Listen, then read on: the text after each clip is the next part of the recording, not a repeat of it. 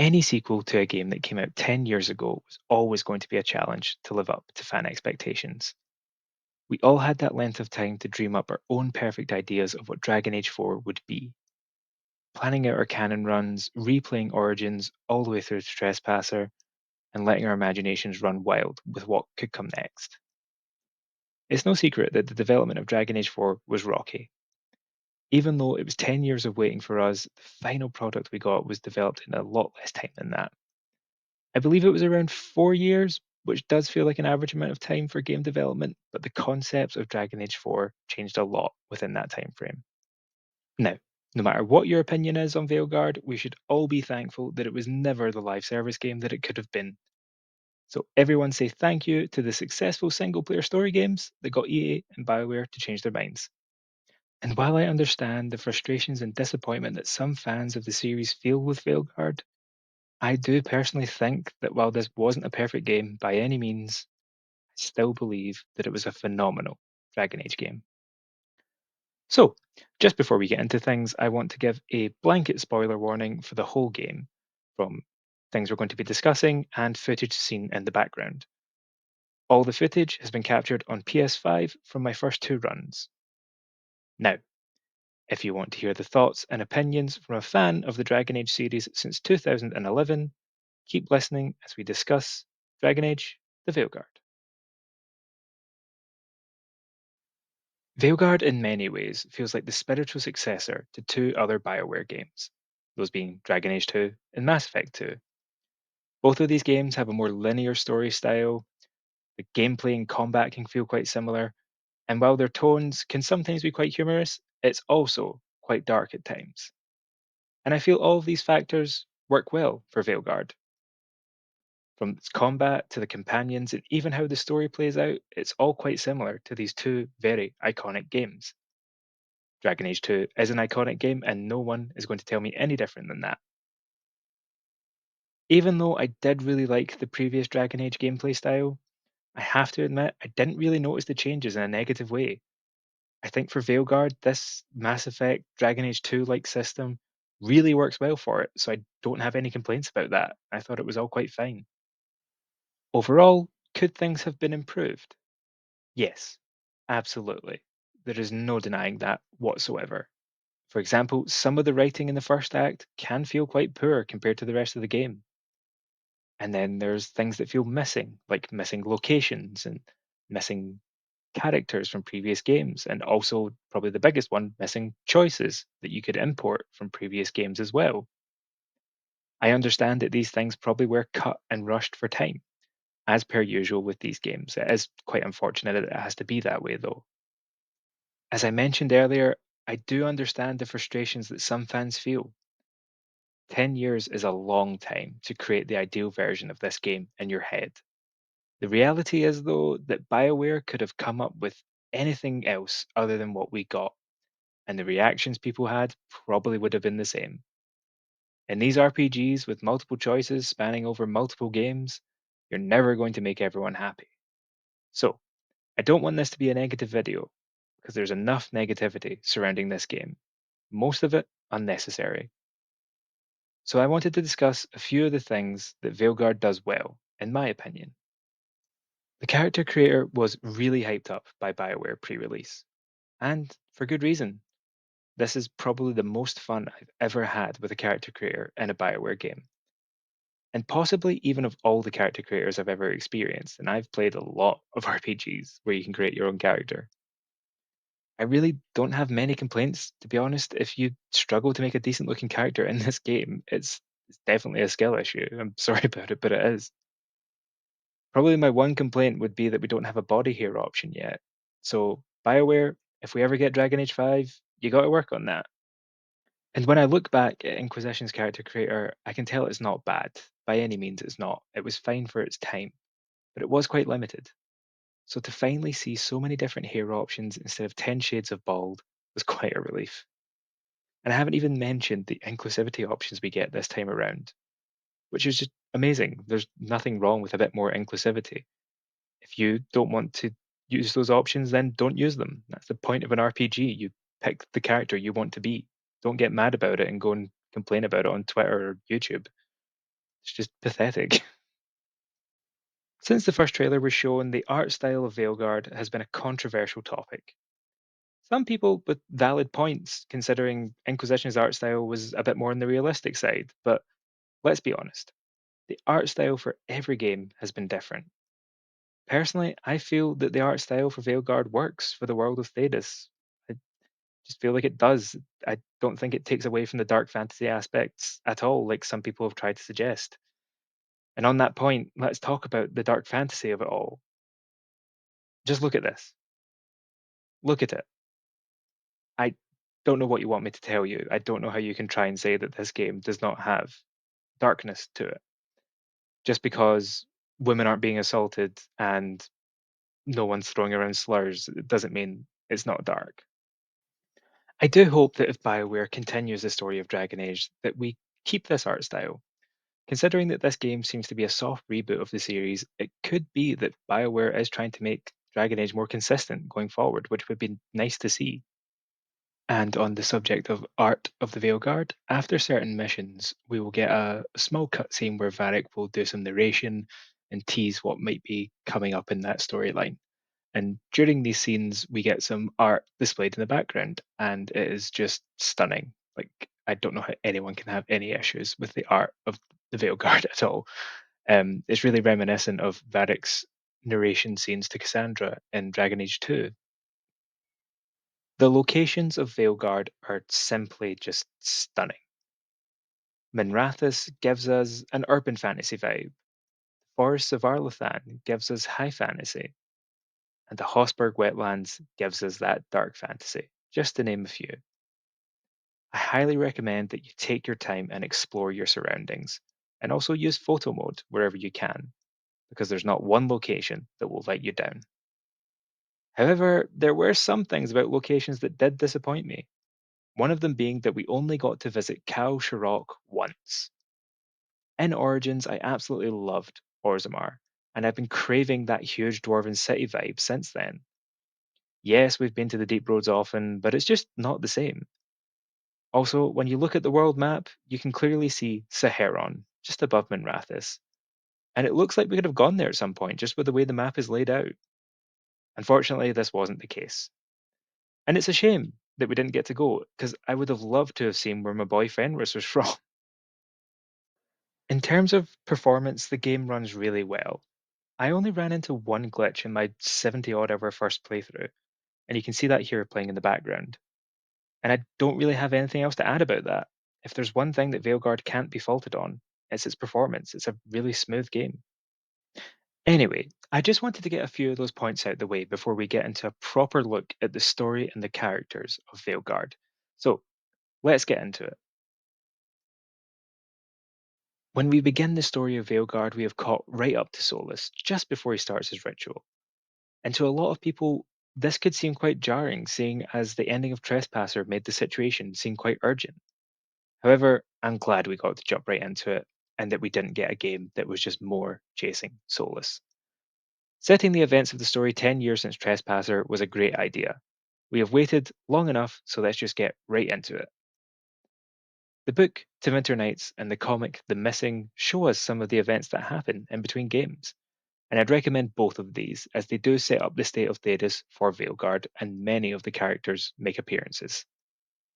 I plan on making other videos discussing the extra materials for Dragon Age, so I won't go into detail on them here, so let's just move on.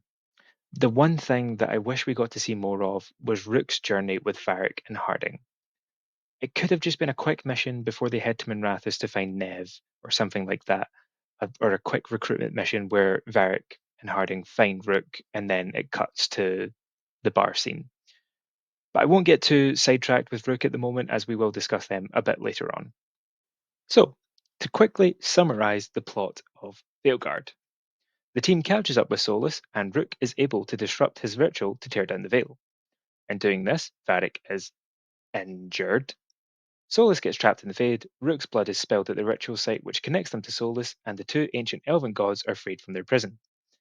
So yeah, in an attempt to stop Solus from destroying the world, we end up releasing two blighted mad gods who want to take over the world.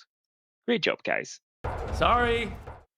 Following on from that, we need to build our team to stop the gods. And like all other BioWare games, we have the opportunity to help our companions sort out their issues and their traumas. It's a solid story, and the linear style this time around really complements the flow of things. Act 1 can feel a bit slow while you're building your team, and as many other people have pointed out, the writing can be a bit rough in that first act. However, once you hit the Siege of Weishaupt quest, the tension rises, things don't slow down, and the quality of writing improves immensely. So don't let that first act put you off. It really does get better if you're not a fan in the beginning. Speaking of the Siege of Weishaupt, holy shit. Potentially the best sequence in any BioWare game in recent memory. The atmosphere and tension has you on the edge of your seat during the whole set piece. I've seen some people complain about Nev's voice actor.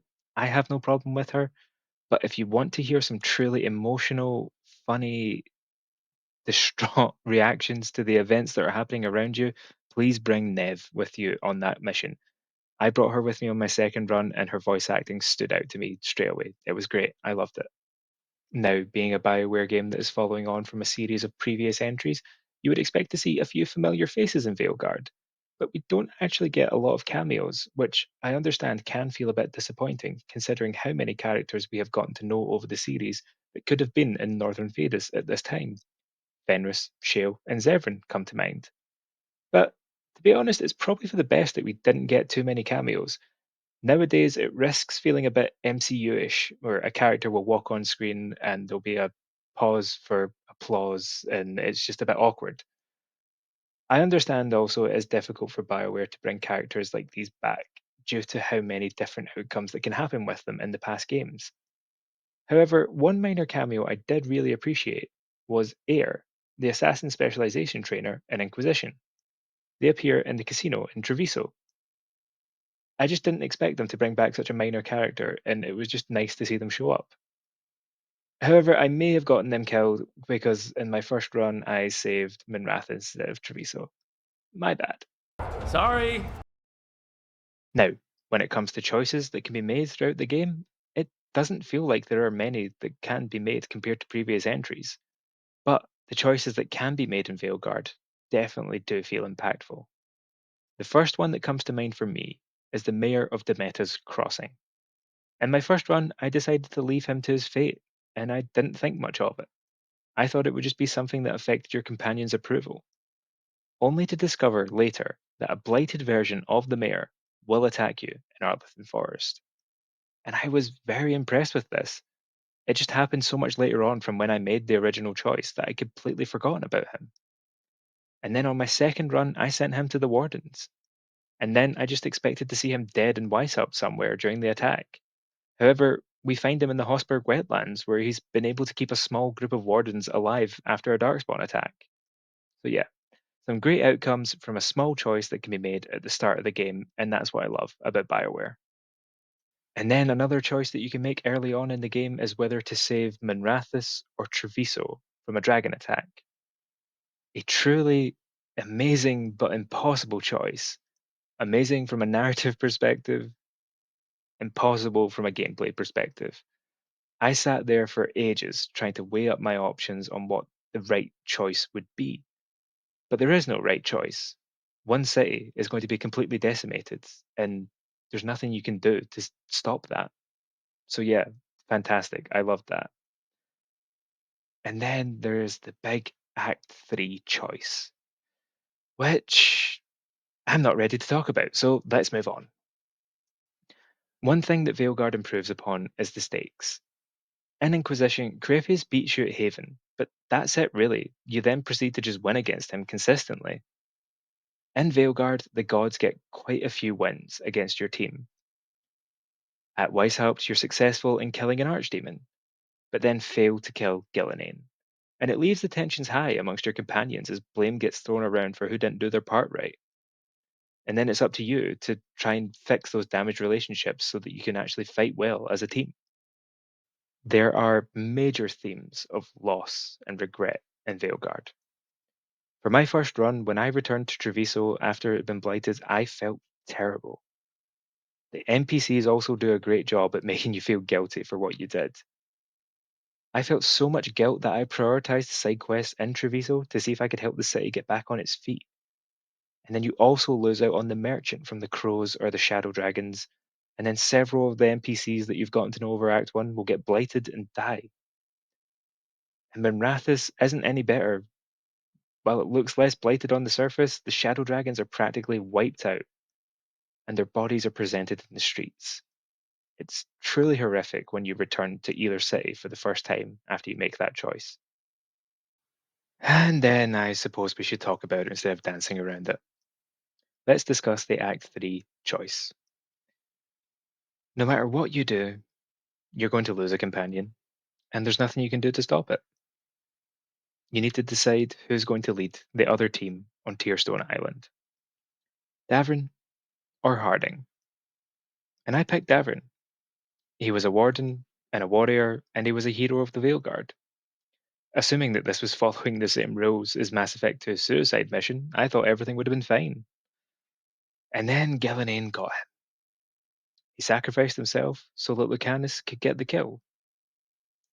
We lose both Davrin and Asan to the gods. And all I have to say to that is well done, BioWare. That was a ballsy move, and it paid off. I was completely broken from it. You don't even get a moment to breathe before the next big reveal hits you, and that one hits even harder. So, let's talk about it. Solus killed you. His friend. You tried to talk to him, to reason with him. And he cut you down. Pretty sure he didn't mean to. It doesn't matter. You're still dead. Yeah. Sorry about that, kid. Oh my god. I can't. Get out. Oh my god. VARRIC is gone, and he's been gone this entire time. For the people paying attention, this probably wasn't a surprise. Sadly, I was not one of these people. I did have suspicions around the midpoint of Act 2 when I realised that a lot of people weren't talking to VARRIC, or they weren't directly responding to him in our group conversations. I guess, like Rook, I decided to ignore it. It is a very sad moment, as VARRIC is such an iconic character for the series, and he will be missed. Farewell to our favourite rogue, storyteller, and occasionally unwelcome tag-along. The fact that I had to pause after being hit with all of this grief just shows how much of a good game this is. I just kept repeating to myself, was there anything I could have done differently? Could I have prevented this? Now, in most RPGs, the answer to this would be yes, probably. But in real life, the answer to those questions is most of the time going to be no. You can't always know what will happen. Once again, congratulations, BioWare. You really pulled it off with Act 3. I haven't felt that emotional over a game in quite some time. Thank you. In Veilguard, we get massive lore drops and potentially lore retcons depending on how you view what we were told. One joke that's always thrown around is that it's always been about the elves, and Veilguard pretty much confirms this. One quest line you should really follow if you play the game is the one revolving around Solus's memories and regrets. They reveal so much about the history of Thedas, and if BioWare do continue the series, it will be interesting to see the results of these world-changing implications. And on top of all that, there's also the secret post-credit scene, which opens up a whole new can of worms in terms of how the world has been shaped as we've been playing. I won't discuss it too much here. I might make another video on it. All I'm going to say is I'm not worried about the implications of that scene. I think everything will be fine, essentially. Before we wrap up this section, I'd like to briefly talk about the Inquisitor. Their appearance in Veilguard is welcome. Considering most people have spent the last 10 years with their Inquisitor, it makes sense, but it could have been handled a little bit better. Throughout the game, we have several meetings with them in Dogtown where we can get updates on the situation in the south, which is not good at all, not good in the slightest, but yeah, try not to think about that right now. And we also get their take on Solus. For my first run, I carried over my canon Inquisitor, Alexander Trevelyan. When it came to recreating their appearance, I found this to be quite difficult, considering how different the character creators are for both games. I knew it was going to be a challenge, but the fact that the facial feature options are totally different, it meant that I couldn't give him his small forehead scar, which is quite annoying as it was part of his backstory that I gave him. So I decided to get a little bit creative.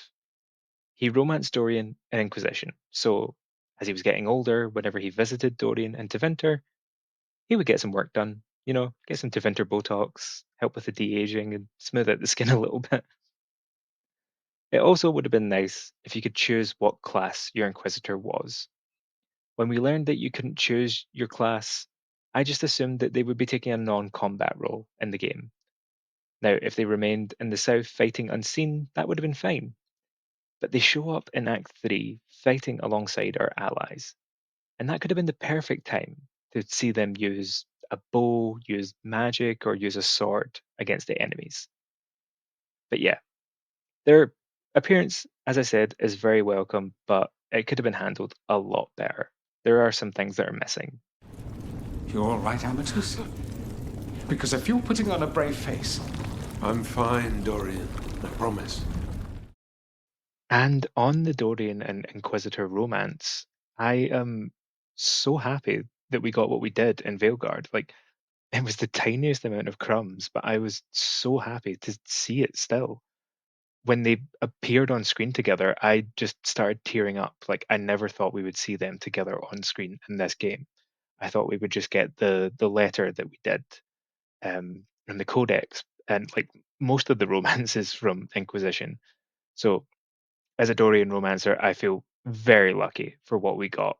And yeah, I love my boys, and that's all I have to say on that. It was great to see them together again. So far, I've only experienced one ending of the game, so I feel it's only fair that I can comment on that one ending.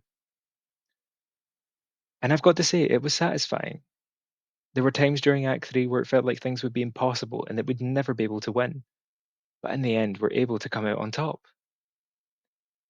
My Rook is assisted by the Inquisitor, by Morrigan and Mythal, and we're able to redeem Solus, and he willingly ties himself to the Veil to stop it from coming apart. You are free to find a better way.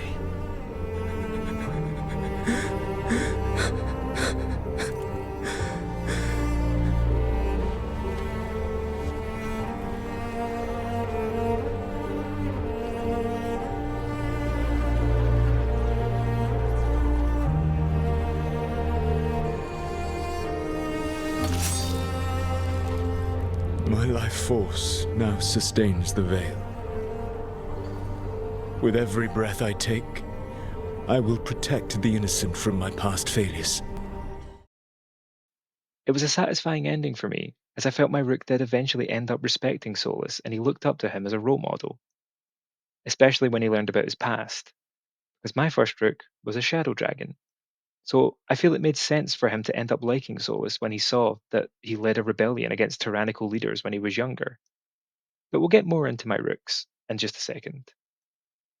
So, to wrap up, I do really hope that this series continues. It's my favourite game series of all time, and it means so much to me. Nothing anyone could say will ever make me hate it. If you do have issues with how Veilguard turned out, then that's fine. Your feelings are valid. But don't belittle or hate on the people that did enjoy it. That's all I have to say for the story, so let's move on. Now, when it was announced that our player character would be Rook, I saw people all over social media crafting their backstories and headcanons, and it was fun to see what they came up with. However, now we've actually got to play the game, we find out that Rook is technically an established character with their own backstory. So, throughout certain conversations in the game, you can select certain dialogue options where Rook will talk about their past. In my case, I was talking with Tarquin from the Shadow Dragons, and I got the opportunity to tell him that I was found as a child after a battle and I was adopted. My family's military too. My father commanded legions near Ventus. That's where he found me. Found you? I'm adopted, which was obvious to most people who saw me with my family. They found me as a baby on the battlefield after a skirmish. Never figured out how I got there. Now, that might not have lined up with what people wanted in their heads at all, and that's completely fair. But if you want to keep your own backstory and your own headcanons, then just do it. You don't have to select the dialogue options that are there. It doesn't force you to pick them. So don't get mad at the game for having them there either. These dialogue options actually helped me craft and flesh out my Rook's backstory, which I might make a video on for fun later on. Personally, I felt that Rook was a great protagonist. I did love the Inquisitor, but they did feel a bit flat sometimes. And Rook has a lot more personality and just seems a lot more fun, especially if you pick the humorous dialogue options, which, let's be honest, on your first playthrough, you're going to be picking those a lot. And to the people who criticize and say, well, how can Rook lead this team? They're a random nobody that VARRIC and Harding just found somewhere. They decided to pick them up and take them on. Let me point out a few things. Dragon Age Origins. Everybody except the noble origins, being Kuzland and Idukin, are all pretty much nobodies. Hawk in Dragon Age 2, a Ferelden refugee who starts off as a nobody but eventually becomes somebody. And in Dragon Age Inquisition, all the Inquisitors, apart from the Trevelyan's, are nobody. So yeah, that's all I really have to say on that. If you're going to nitpick, know what you're nitpicking about. As I mentioned a bit earlier on in the video, we could have done with spending a bit more time with Rook pre-Solus's ritual with VARRIC and Harding. We do get the faction backstory and the character creation screen, but it just would have been nice to actually play out that backstory. Didn't even have to be that long. It could have been like a 5-minute mission or something like that. But there are a lot of factions, so I guess this wasn't implemented due to cost and time constraints, as again per usual with these games. But yeah, it's nice that we do get the faction backstory and it is referenced throughout the game depending on what faction you choose. So yeah, it's fine. It works for me. So let's talk about my Rook. As I mentioned earlier, I made my first Rook a Shadow Dragon, and I picked this faction because Inquisition left me feeling so intrigued about Tevinter, and I wanted a character who was going to try and help and end those slavery practices going on there. I pictured him as this sarcastic rebel elf, almost mirroring Solus in a way, and that's why Finn ended up respecting Solus by the end of the game. He realised how similar they actually were.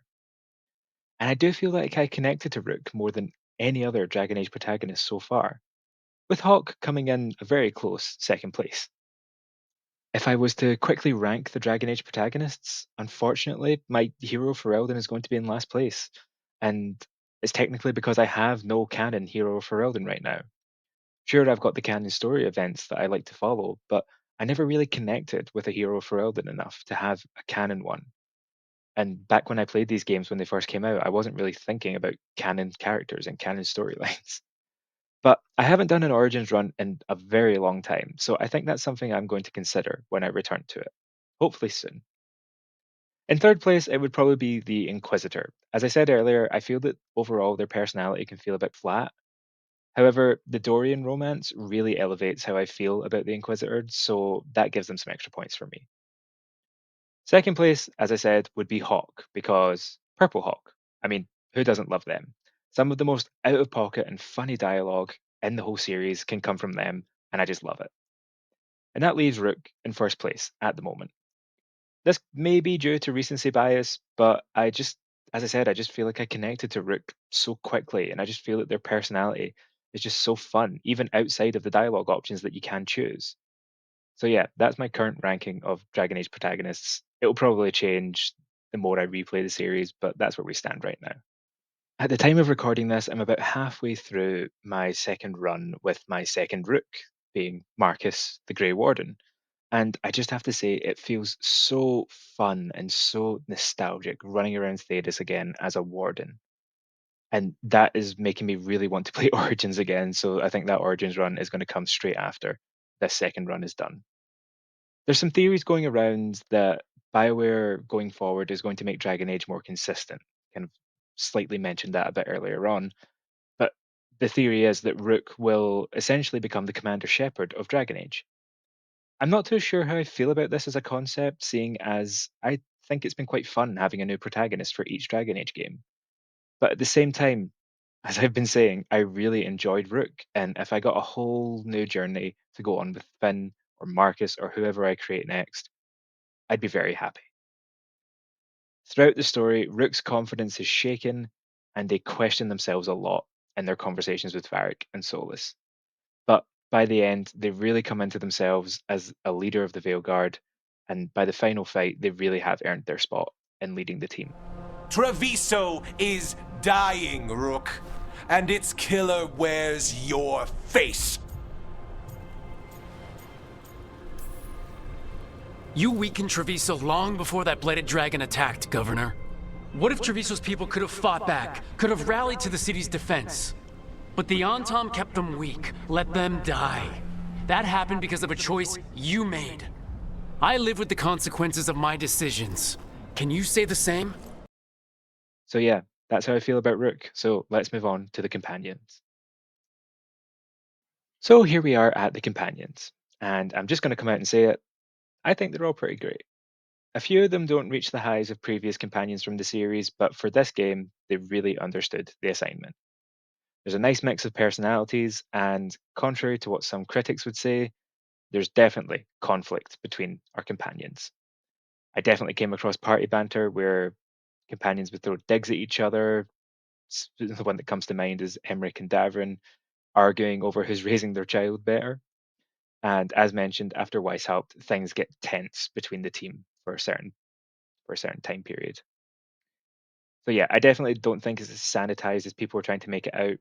And so what if the companions get along more than the companions from previous games? God forbid people actually like each other, you know? Every companion has a choice at the end of their story arcs, which will lead them down a separate path. And from what I've heard, some are more significant than others, i.e., Emmerich becoming a Lich or not. And at the time of writing this, I've only experienced one side of these choices from my first run. So I don't think it's fair of me to comment on how good or bad the choices can be, considering I've only experienced one half of it. However, from what I have experienced, I thought they were great. Solid storytelling, intriguing choices that you can make, and it will be interesting to see if they are carried over into a potential sequel to Veilguard. In terms of romances, I've only experienced one so far, and that was with Emmerich. And I'm currently midway through a romance with Davrin in my second run. But to talk about Emmerich's, I just wanted to say I just found his romance so delightful. I was intrigued by the age gap of it all going in, and I'm glad it was addressed during the romance. And it was addressed quite a lot. To see that he was the least romance character genuinely surprised me. If you only take one thing away from this review, please give the Emmerich romance a try. You won't regret it. I've seen so many people online talk about how he feels like he's the best written romance and how the content you get from that romance is just so good. And I would agree with them. I think it's great.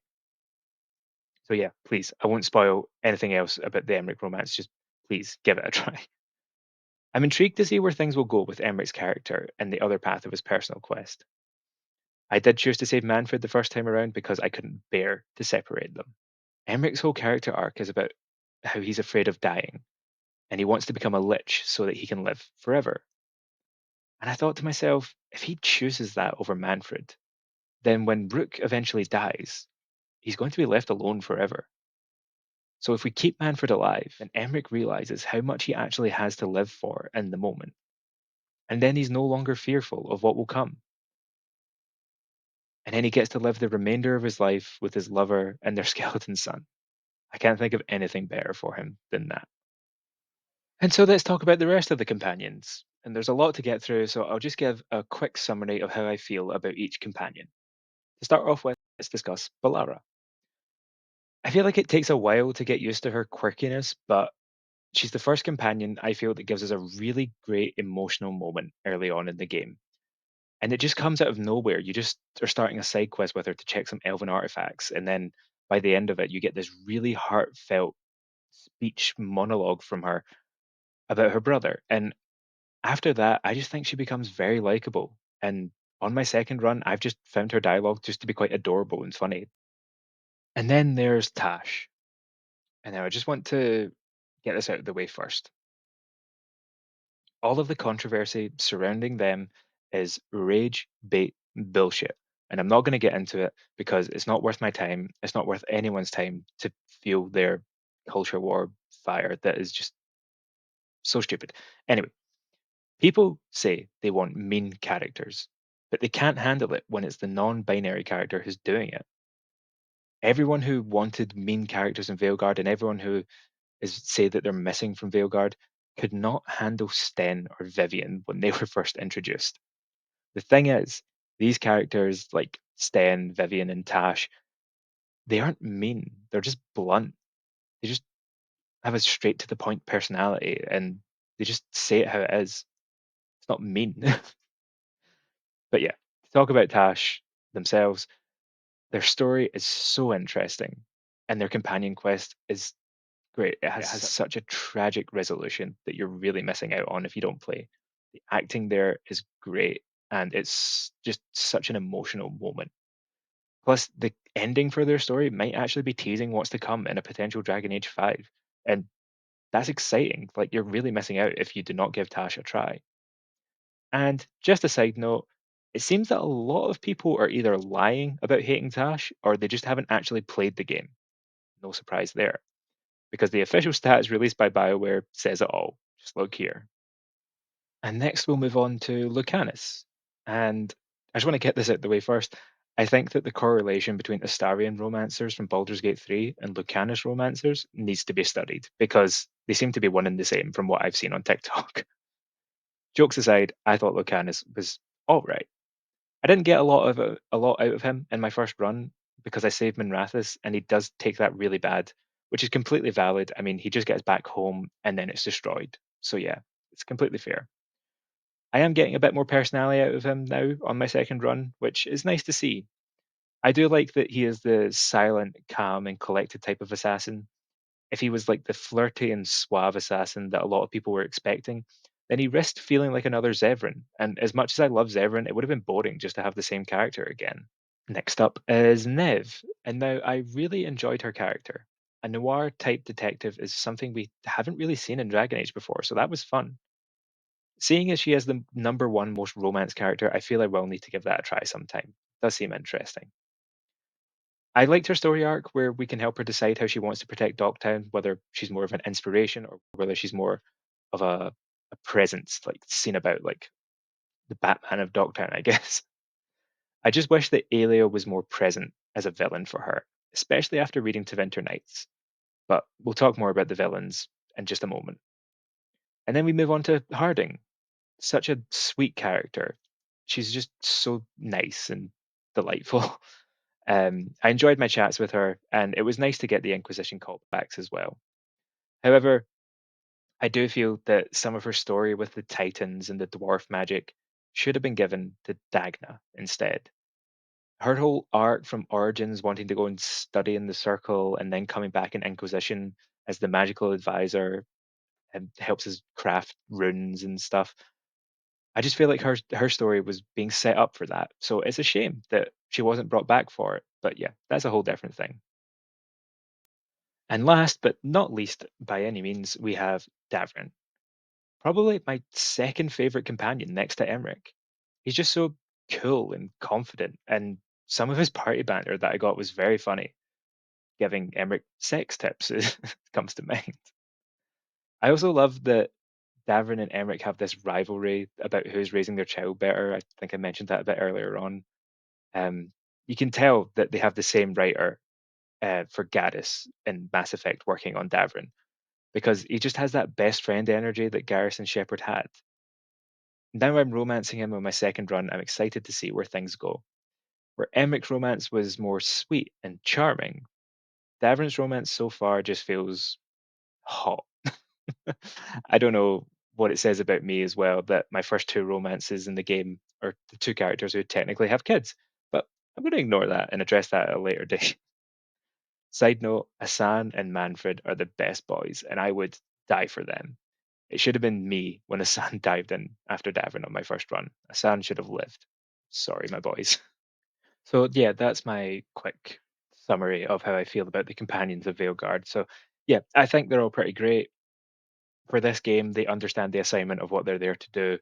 And yeah, while they may lack the depth of previous companions, I think they're fine for what they are in this game. So let's move on to the villains, which I'm very excited to talk about.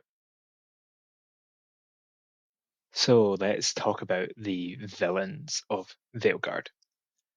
Dare I say, the best villains since possibly Dragon Age Origins, Elganarn and Gillenane, something that you'll hear a lot throughout Veilguard, are some of the most terrifying, imposing, and threatening villains we've had since at least the Arashock in Dragon Age 2. Yes, Corypheus is intimidating to look at, but you get too many wins against him in Inquisition for him to feel truly threatening. From the moment the gods are released, you see this Lovecraftian form of Gillenane, and you know you're in for something great. BioWare do a great job of keeping them hidden in the shadows until the right moments when they reveal themselves. I just add before we continue, whatever team came up with the design for Gillenane deserves a raise because fuck me, that is the best villain design I've seen in a long time. And same goes for Elgarnarn because he's just fucking hot. Let's not kid ourselves here. His voice is just so alluring and captivating. I just got so excited when he finally revealed himself. We had seen so much of Gillenane by that point, especially in the promotional materials. We knew exactly what she was going to look like going into this. But Elgarnarn is kept hidden until that moment where he saves Gillenane. BioWare knew what they were doing, and I love them for it. Something that else that just makes them great is their bond. They speak to each other like they are family. Elgarnarn always refers to Gillenane as sister, and he speaks to her in such a caring way and is just so gentle with her when she's injured. And then when we kill Gillenane, Elgarnarn is just truly devastated and upset. There's probably centuries of memories and time spent together there, and they've only just got each other left now. The rest of the Evaners are gone, and they're finally get each other back just for a brief period of time before they're taken away from each other again. And you can hear the anger and the grief in Elgarnarn's voice when Gillenane dies. And then Gillenane's last words to Elgarnarn are just so sad.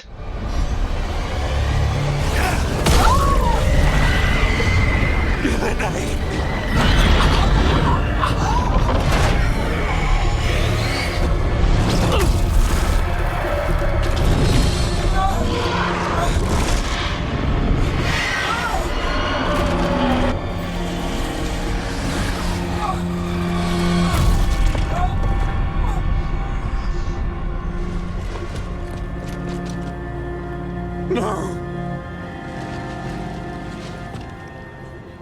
We had such plans. Oh, You will regret this. I can't believe BioWare has me feeling so bad for the tyrannical evil gods, but here we are. I'm going to properly rank the villains of the series at some point, but Elgarnarn and Gillenane are definitely going to be high up there. Absolutely fantastic villains. Each companion has their own villain that they have to face in their personal quests as well. Some of them are more compelling than others. The ones that stood out to me were the Gloomhowler, Hezenkos, and Inaris. Unfortunately, it seems most of the villains that were teased in Winter Nights were the most underwhelming. Zara Renata, for example, seemed like such an intriguing character, this Elizabeth Bathory type character bathing in blood to keep herself young. And she's taken out right after we meet her and fight her. It was just so underwhelming. And then Aelia, as I mentioned earlier, she was summoning some sort of giant demon below Minrathous into Winter Nights, and then when we meet her, just take down her shield and then she's gone.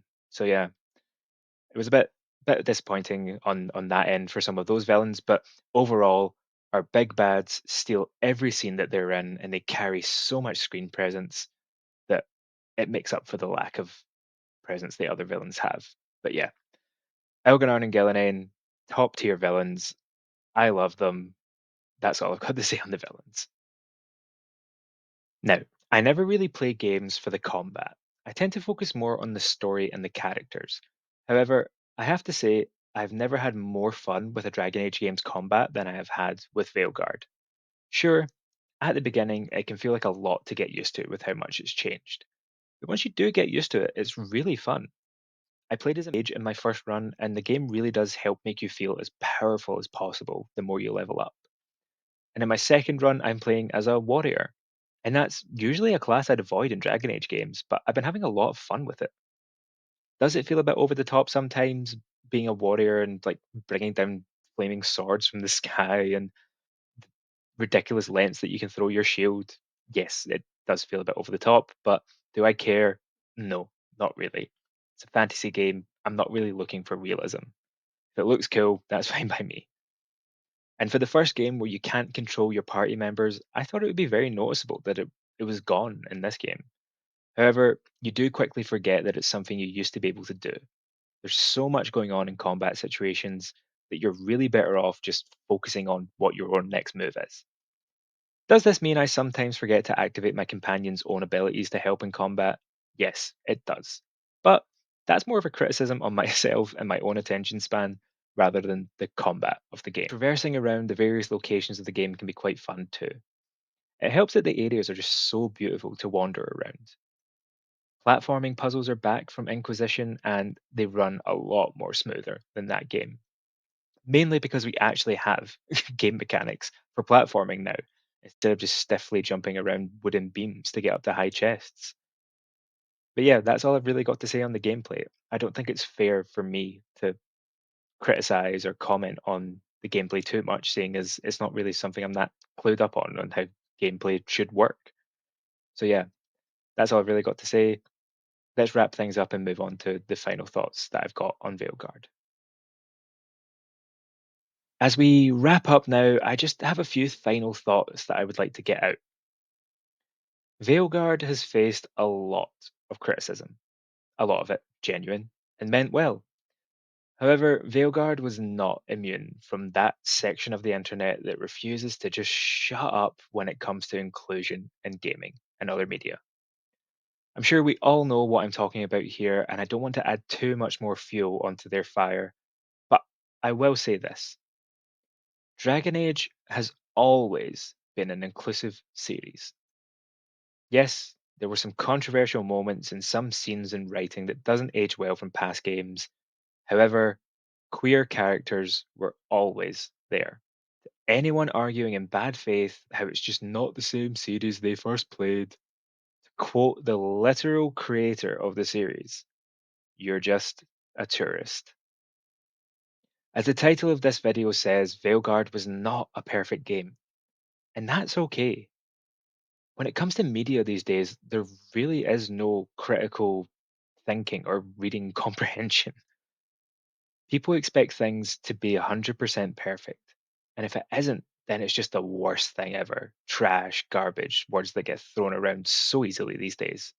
It's completely normal for things to have flaws, and you can still give them valid criticism while also enjoying the final product. When you think about it, pretty much every Dragon Age game before Veilguard is remembered for their flaws before anything else. This is how a conversation would usually go if you're recommending a Dragon Age game to someone. Oh, Origins. The combat and graphics are dated, but the story is amazing. Dragon Age 2. It has repetitive gameplay and the locations are reused so much that it's boring, but the characters are the best. And Dragon Age Inquisition, the maps are too big and there's too many fetch quests, but the writing is amazing. So yeah, flaws do not make something bad at all. If you've made it to the end of this review, I just want to say thank you. As a fan of the series since Dragon Age 2 came out, it really does feel nice to share my thoughts and opinions of my favorite series in this way. If you haven't given Veilguard a try because you've seen the rage bait and bad faith reviews, please ignore them. These people were never going to like the series and probably haven't even made it to a character creation screen in their lives. Pick up the game if you're able, try it for yourself, and form your own opinions. Don't let others dictate what you should and shouldn't enjoy. Anyway, that's all from me. Like and subscribe, share this video, it would mean a lot to me. Follow me on TikTok where I post a lot of fun little Dragon Age edits and other Dragon Age related videos. And I look forward to seeing you in my next video. See ya.